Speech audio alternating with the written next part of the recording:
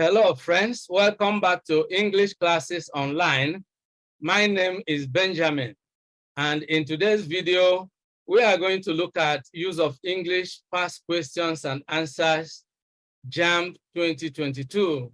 Our focus will be on 2020 questions to illustrate with. I'm going to show you how to solve specific JAMB questions. It is important you have your past question compilation guide so you'll be able to follow as I explain the grammatical principles, the techniques, and the tricks that will enable you to solve questions correctly in your JAMB exam and indeed in other English exams. We are going to solve questions 11 to 30 in today's episode. If you are new to this channel, kindly subscribe to the channel by clicking on the subscribe button below. You will find a red button tagged subscribe. Just click on it and you will be officially subscribed to this channel. Make sure you click on the bell icon as well so that whenever a new video goes live on this channel, you will be notified instantly. Without much ado, let's dive into the lesson right away. So here we are looking at consolidated JAMB questions, English language 2020. And we are going to look at lexis, structure, and oral.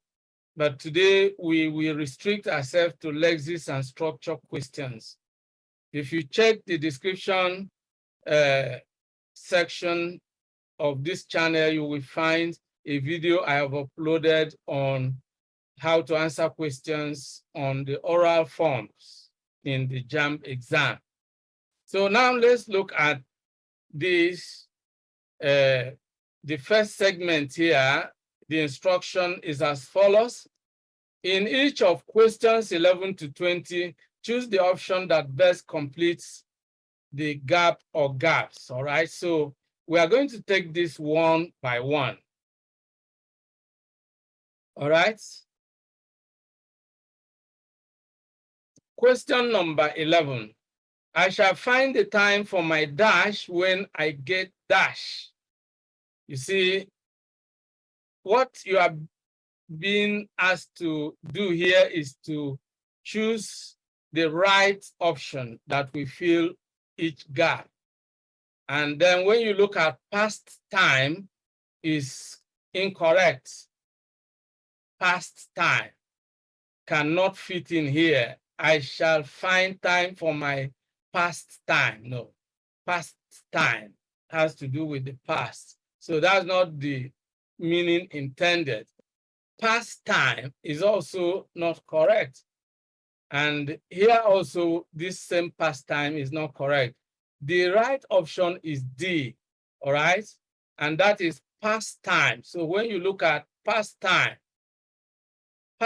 here is the time for your leisure time, the time you relax, all right? Just to relax. The time you use for pleasure, just to relax or to rest, you know, past time for relaxation. This is the correct spelling, all right? And then the phrasal verb here, when I get dash, the appropriate preposition or adverb is true. When I get through. What is the meaning of to get through? When you get through, it means you are able to pass through some difficult times. You are able to overcome the situation. You are able to come out of it. And so I shall find the time for my past time when I get through. Okay, so option D is the correct option. Okay, that's the correct option. Question number 12. Actually, he forgot the one to dash the job was given. Now, you need to understand the appropriate pronoun the appropriate form of the relative pronoun here. But I want to show you exactly, I want to show you the forms of the pronoun, all right? You have the subjective and you have the objective, okay? Now, the subjective form of this relative pronoun is who. And from the word subject, we have subjective. The subjective form of the pronoun is used when you are referring to the doer of the action. When the subject is performing the action. Someone or something is performing an action, you use this form of the pronoun. The other one is used when the subject, the person or the thing is receiving the action rather than performing it, all right? When the action is being done to someone or something, then you use this form of the relative pronoun. So, and this form of the relative pronoun, the objective form, is the form that comes after a preposition. So you talk about to whom.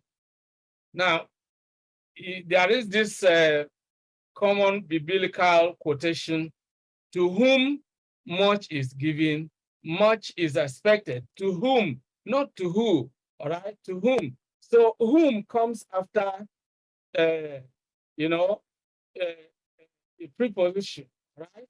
So that is the correct option here, all right? That's the correct option. To whom, all right? All other options are incorrect, okay? So question number 13 is the next question we are going to look at right now, okay?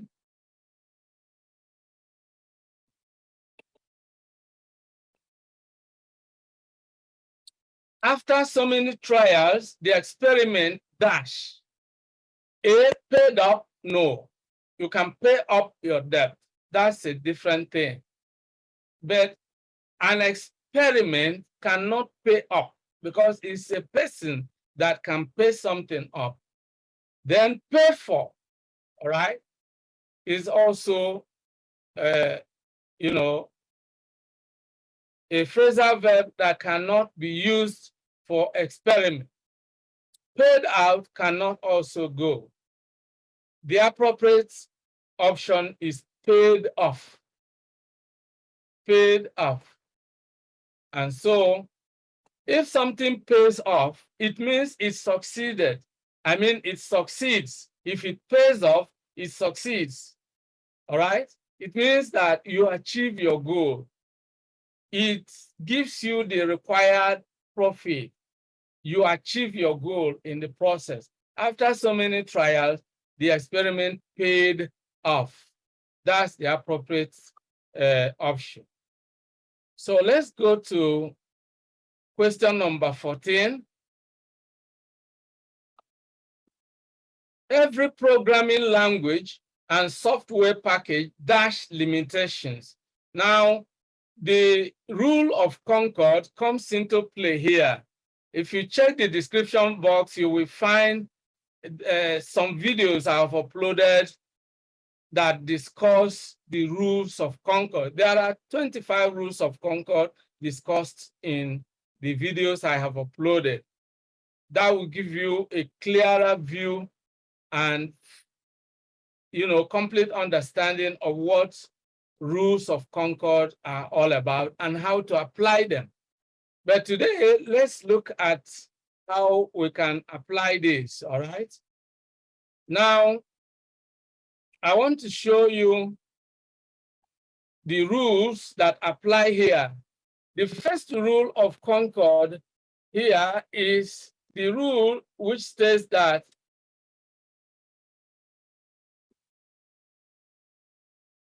a singular subject takes a singular verb. All right? Then the second rule here is that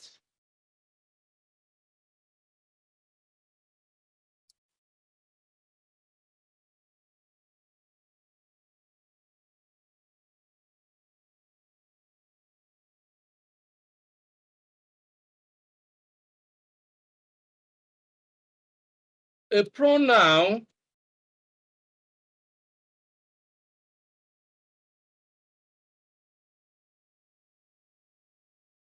must agree with its antecedent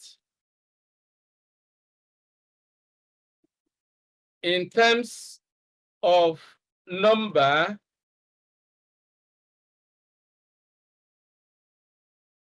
person, and gender. Well, what this means is that, you know, a pronoun is used in place of a noun. So when you have a pronoun that is used to refer to a noun that you have earlier mentioned in your discussion or writing, the noun you earlier used, which the pronoun is referring to, is the antecedent. Now, let me explain it with this. Let's analyze this sentence. In sentence analysis, we have the subjects. Every programming language and software, that's the subject. So we represent it with S. S stands for subject. Then this is where the verb should be, and incidentally, the verb here goes together with the pronoun that refers back to the subject, which is a noun or a noun phrase if you like. Now, this is the way it is. Limitations has its limitations. Both the pronoun and these limitations will form what we call the objects. So we have SVO here as the structure of this sentence: subject, verb, object. And the rules that apply here, rules of Concord, state that if the subject is singular, then the verb must be singular. If the subject is plural, the verb must be plural.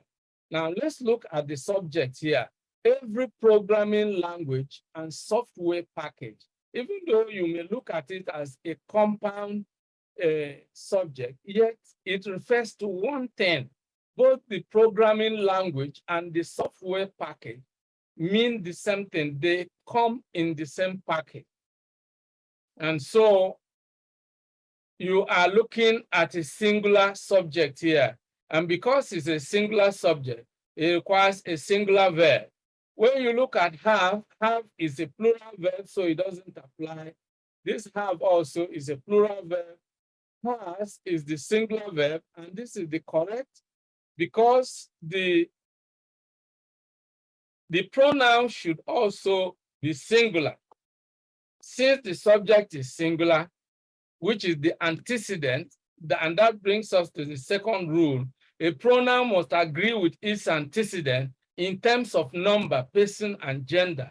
But here we are looking at the number. Is it singular or plural? If it is singular, then it is its. The plural form is there, because we are looking at the possessive form. But because it is singular, it is its. So every programming language and software package has its limitation. So that's the correct option. I hope this is clear. These are grammatical principles, grammatical rules that you ought to know.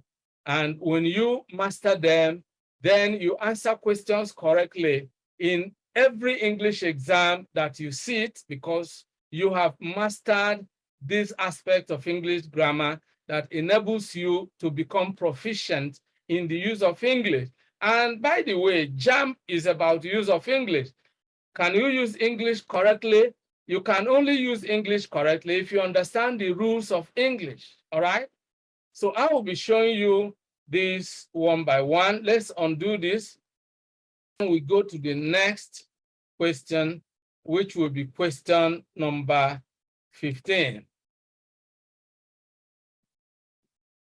Now, question number 15, Tosin refused to be dashed, though he has written the same examination 3 times.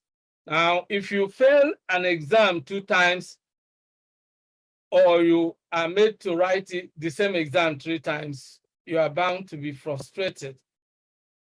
And then it takes determination to refuse to be frustrated. So let's look at the options.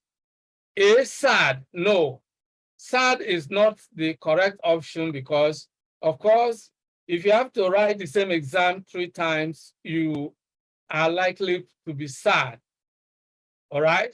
But you could be sad, yet you refuse to be frustrated. When you are frustrated, you give up, all right? So, but if you allow your determination to overcome your frustration, you refuse to be frustrated, you go in for the exam the 3rd time. So option B, placated, no. C, frustrated, yes. D, indifference, no. So the correct option is frustrated.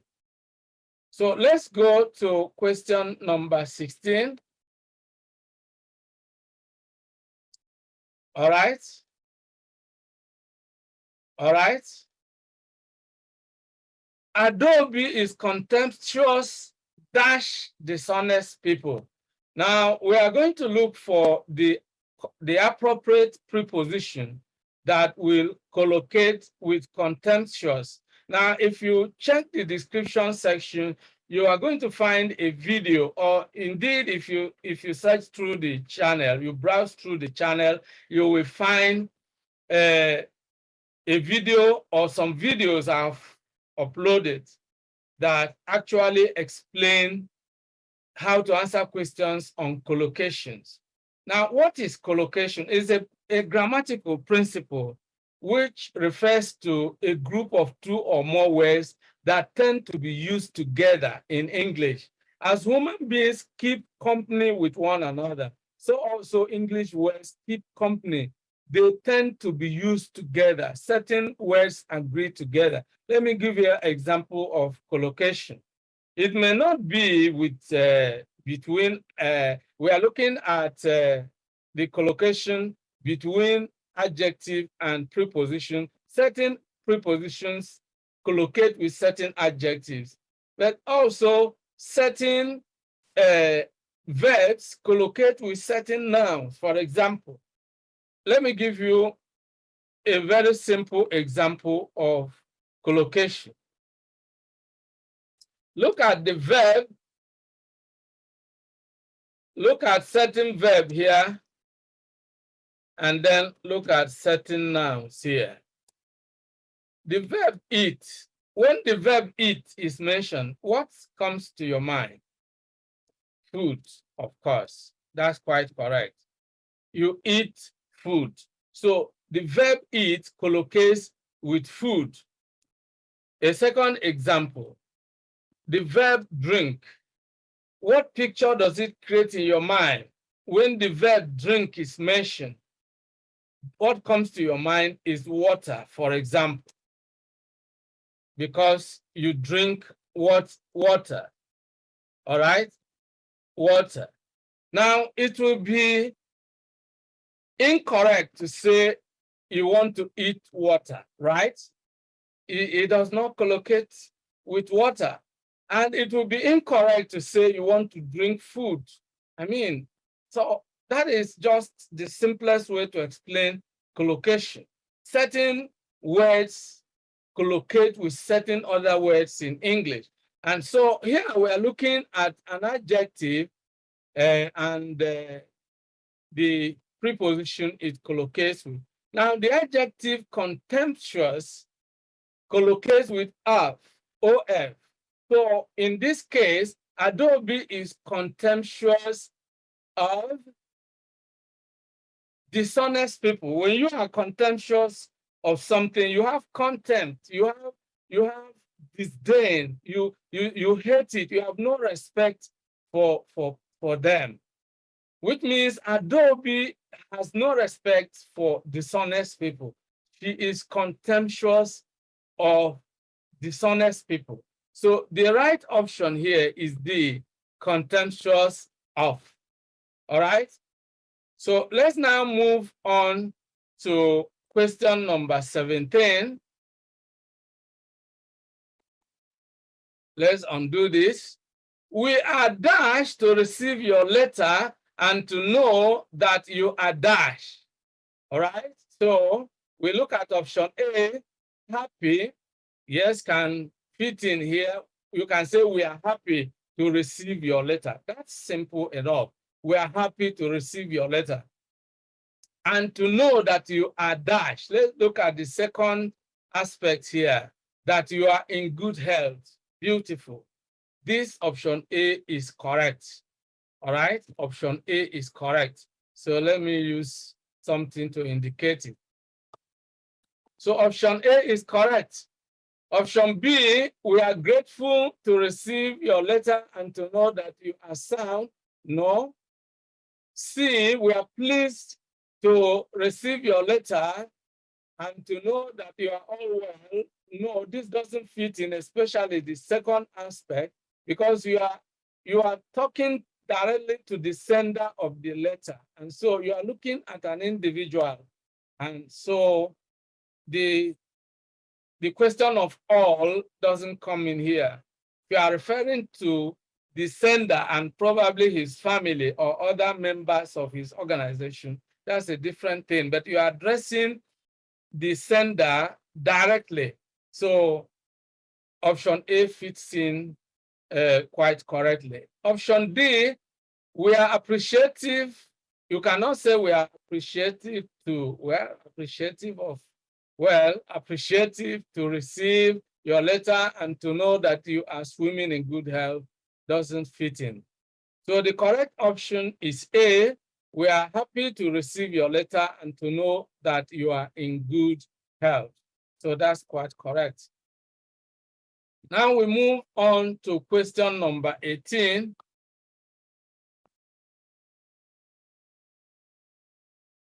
Okay, let's undo the mark.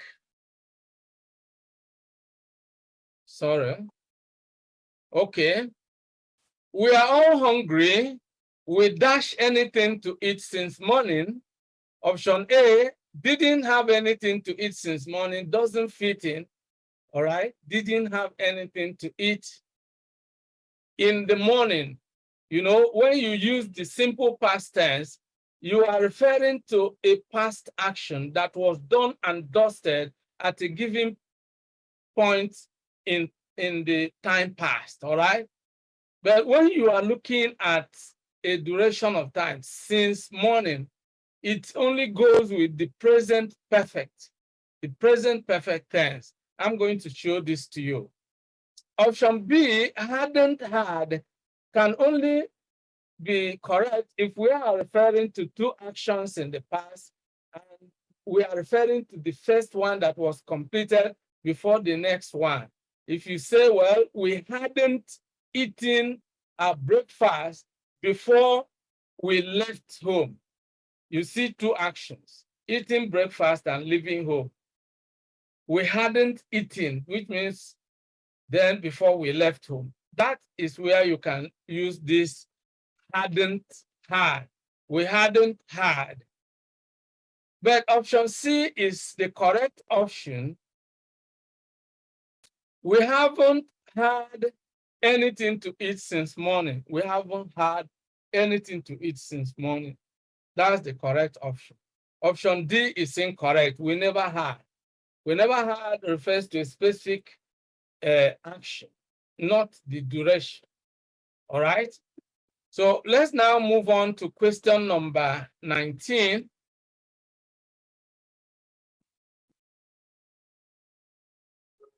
And then we undo the mark The politicians were dashed by the press. A, marooned, no. B, ridiculed, yes. When you are marooned, it means you are left stranded somewhere in an island. So, but that's really not the appropriate meaning here. All right? Eclipse, no. Ostracize, no. A community can ostracize someone who has committed a crime or an abomination. All right? To ostracize is to shut someone off from society, to refuse to, associate with the person. But that's not really the meaning intended here. So option B is correct. Now let's go to the next one, which is question number 20. Let's undo the mark. Raffle draws, like gambling, often end in a dash for me. A, lost, no. Lost is the past tense of loss.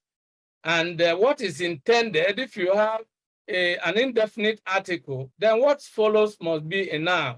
You talk of a boy, a girl, a table. So what is to be here should be a noun. And so lost is a verb, the past tense of lose. You can say, you hate to lose some money, but you can say, I lost some money in that business. Lost, that's past tense. Option B is the appropriate option because this is the noun form, all right? You talk of a loss or some losses. You incur losses or you incur a loss, all right? Raffle draws, like gambling, often end in a loss for me. This is the accurate option because it's a noun and is the singular form that can go with the indefinite article a loss. Then option C, lose, is an adjective. You can describe something as loose, if it is not tight, all right? Then loose is a verb. That's option D, is incorrect. So the correct option here is B. Raffle draws, like gambling, often end in a loss for me. That's the appropriate option. So we have come to the end of the first segment, and then we are going into the second segment, which will be the last segment for today's video. In subsequent videos, we are going to go from question number 31 to the end. But today we are going to stop at question number 30. So we are going to go to the next, which is question number 21. And it's the beginning of a new segment. Now listen to the instruction here. In each of questions 21 to 30, choose the option nearest in meaning to the word or words or phrase in italics. Italics, all right? Now, we are dealing with synonyms here, words nearest in meaning. And this is a very important aspect of, lexis and structure, because it has to do with what we call semantics in linguistics. Semantics is the study of meaning, and grammar cannot be complete without semantics, because every word, every phrase, every clause, every sentence, every expression has its meaning, and indeed is intended to convey some definite meaning. So the study of meaning is a very important aspect of linguistics. And in every English exam, questions on semantics will always occur because you are asked questions on antonyms, which is words opposite in meaning, and questions on synonyms, and that's the one we are dealing with here, words nearest in meaning. So let's now begin to solve the question. Question number 21. Funnily enough, that is actually this is the given expression. You can see the word in italics. Funnily enough, the priest prayed for the robber who shot him. Now you need to understand the meaning of funnily enough. The phrase funnily enough simply means strangely enough. You know, it's something you don't expect. You don't expect someone to pray for a robber that shot him. Someone shoots you with a gun and then you pray for him. You know, it's not expected of a natural human being. So funnily enough, this which means strangely enough, all right? Or surprisingly, if you like. So you need to first figure out the meaning and then you look for the synonym, the word nearest to meaning. So option A, timidly, no. Well, let's begin to look at this one by one so that we will be able to look at the options quite clearly instead of looking at them closely joined together. So let's look at each question by itself. Now, the options are A, timidly. No, that's not the meaning of funnily enough. Unexpectedly, yes, that's the appropriate option. Unexpectedly, that means surprisingly, or, surprisingly.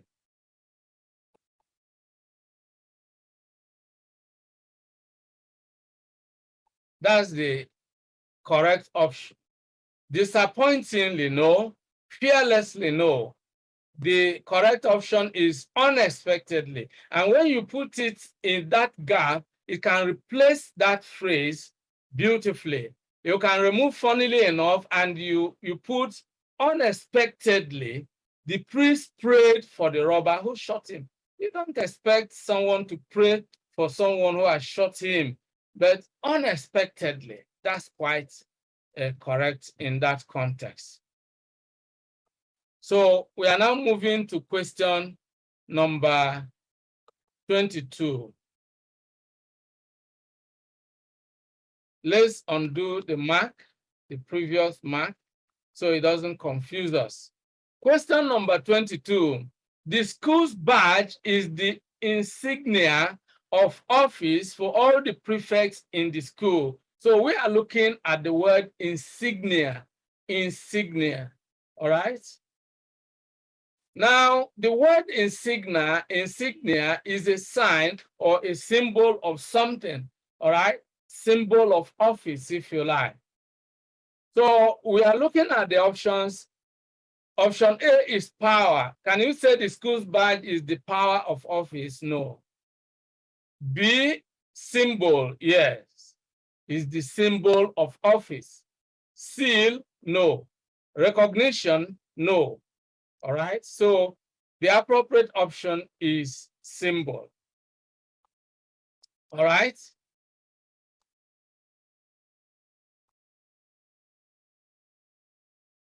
So now we move on to question number 23. All right, and then we undo the mark or marks. Question number 23, there has been a downturn in the affairs of the company. So, and the word in italics here is downturn. You need to understand that downturn has to do with a time when a business is not doing well, a kind of depression or decline, if you like. So you need to understand the meanings of English words. You need to have synonyms for English and English words. And you'll be able to answer questions correctly in this section if you have a large active vocabulary. That means you know quite a lot of English words, you know their meaning, and you know how to use them correctly in meaningful English sentences, all right? So Now let's look at the option. Option A, a massive increase. No, this is the opposite. B, a turnaround. No, a turnaround actually is can be for good, all right? But here you are having a downturn. C, little progress. No. D, decline. A decline, that's the correct option. Downturn here means decline. There has been a decline in the affairs of the company. All right, that's the correct option. So let's move on to question number 24. Again, we undo the marks. Mary is jealous of her sister's success. Jealous. When you are jealous, it means you are envious. That's the synonym. We are looking for a word nearest in meaning. All right? So option A, suspicious, no. B, bitter, no. C, envious, yes. That's the correct option. D, mindful, no.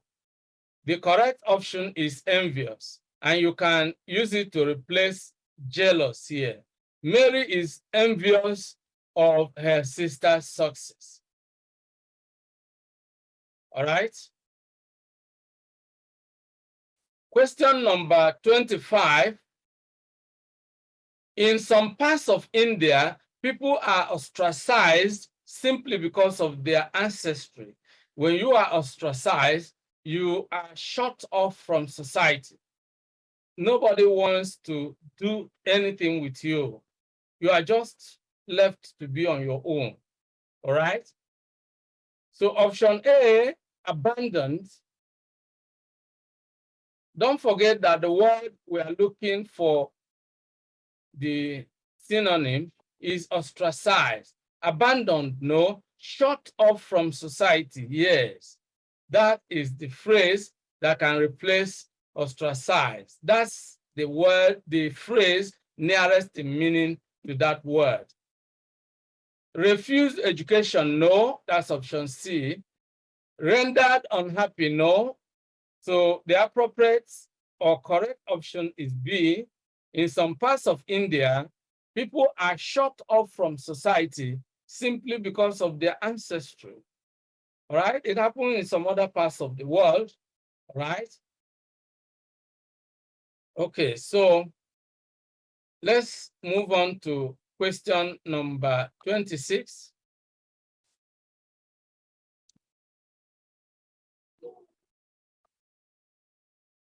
The move to expel the chairman was sanctioned by members of the party. You know, the word sanctioned has different shades of meaning. Now, one shade of meaning is, you know, to support something. When you sanction something, you support it. You know, you sanction it, you agree with it. But then if you sanction someone, it means you penalize the person, you know?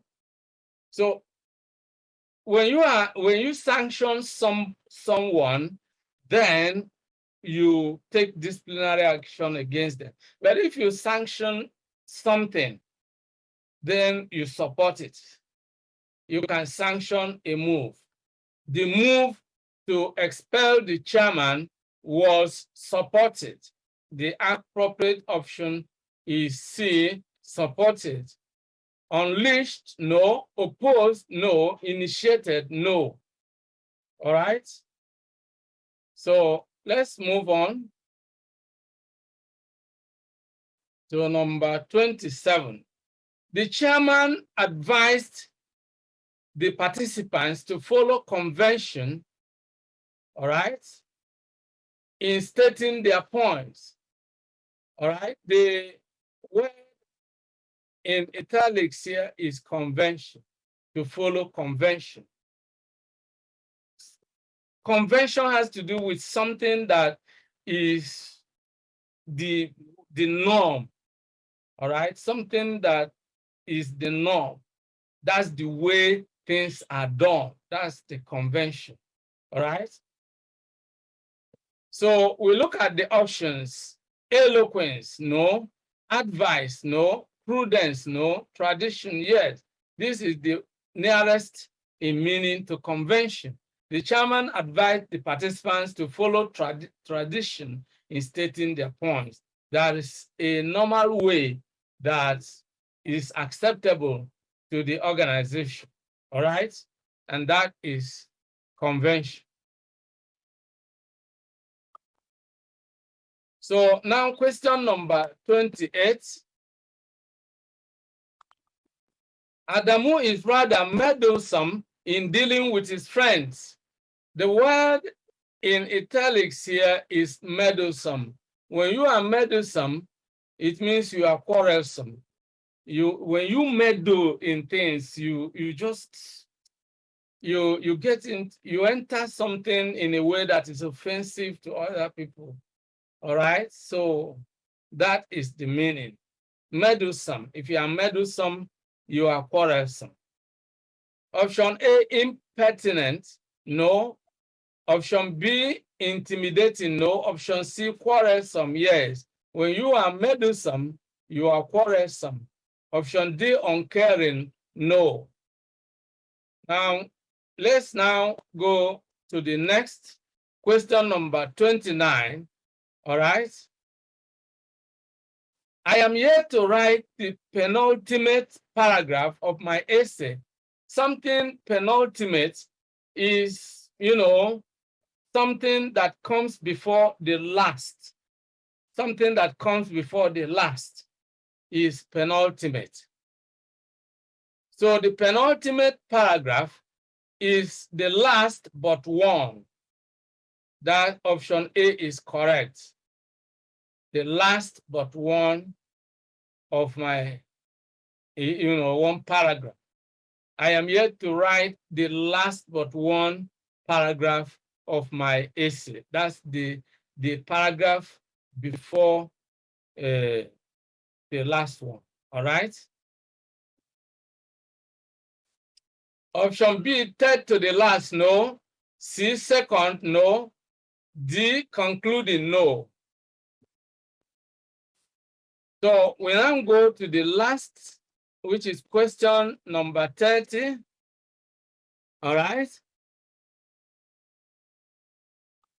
To be above board is to be A, afloat. No, if you are above board, you are perfect. All right, above board. B, on top of a plank. No. B, C, above suspicion. Yes, you are above board. Above suspicion. D, raised above board. No. So this is exactly where we are going to draw the curtain on today's video. We have been looking at use of English past questions and answers preparatory to JAMB 22. This is a preparatory lesson for those of you out there who are preparing to sit the JAMB 2022 exam. And today we have looked at questions 11 to 30 in 2020 JAMB use of English. We have used those questions as illustration to show you how to answer questions correctly in lexis and structure. I hope you enjoyed today's video. If you did, make sure you like the video and share the video with your friends and relations. If you have not yet subscribed to this channel, this is the appropriate time for you to really hit the subscribe button as a way of giving your support to this channel. And by the way, I am so much grateful to all of you out there who took us from 0 subscriber to over 4,700 subscribers right now. We couldn't have come thus far without your support. So if you are new to the channel, kindly subscribe to the channel because That's a way to really, really, really give us that needed support. I need that support to be able to keep on creating more useful videos that a lot of people will find quite helpful in their quest for gaining proficiency in the use of English. Make sure you click on the bell icon as well so that whenever I upload a new video, you will be notified instantly. If you have any questions, comments, or suggestions, leave them in the comments section below. I have a free gift for you in the description box. You will find a free PDF ebook.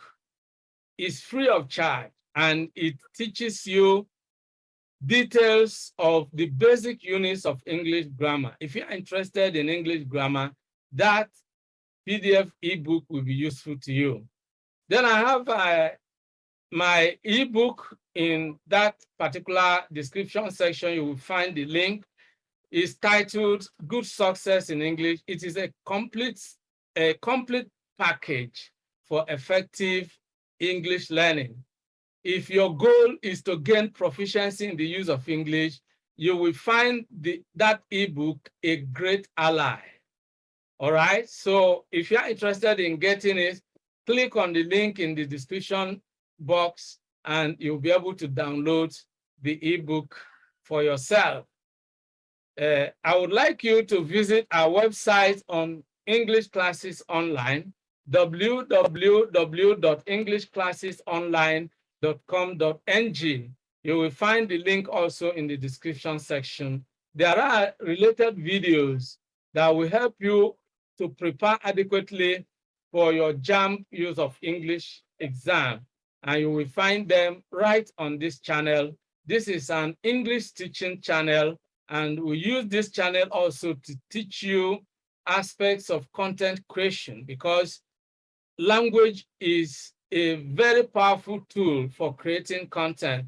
And so we are using language to advantage here. We also teach you how to use language, how to use the English language to be specific in creating content. So content creation, content marketing, how to create your digital products, how to create your info products in 5 easy steps, different videos that will show you how to do business online and how to create multiple streams of income. If you are interested in such videos as well, then this channel is also a place to be. Make sure you subscribe to the channel and click on the bell icon so that you will receive regular notifications whenever new videos are uploaded. I want to say a big thank you to all of you for being part of today's episodes. I look forward to seeing you in the next class. Bye-bye for now, and remain blessed. Many thanks for watching today's video. A big thank you to all of you out there for being part of today's episode. I hope you enjoyed the video. If you did, kindly subscribe to this channel. Subscribe now as a way of giving us support. For notification about new videos, click on the bell icon. You will find the bell icon. Click on it so that whenever a new video is uploaded, you will be instantly notified. If you have actually enjoyed the video, like and share the video with your friends and relatives. This is very important. If you have any comments, leave your comments below. Any questions, any suggestions, we would gladly receive them and respond promptly and positively to them. See you in the next video. I look forward to always seeing you in the new video.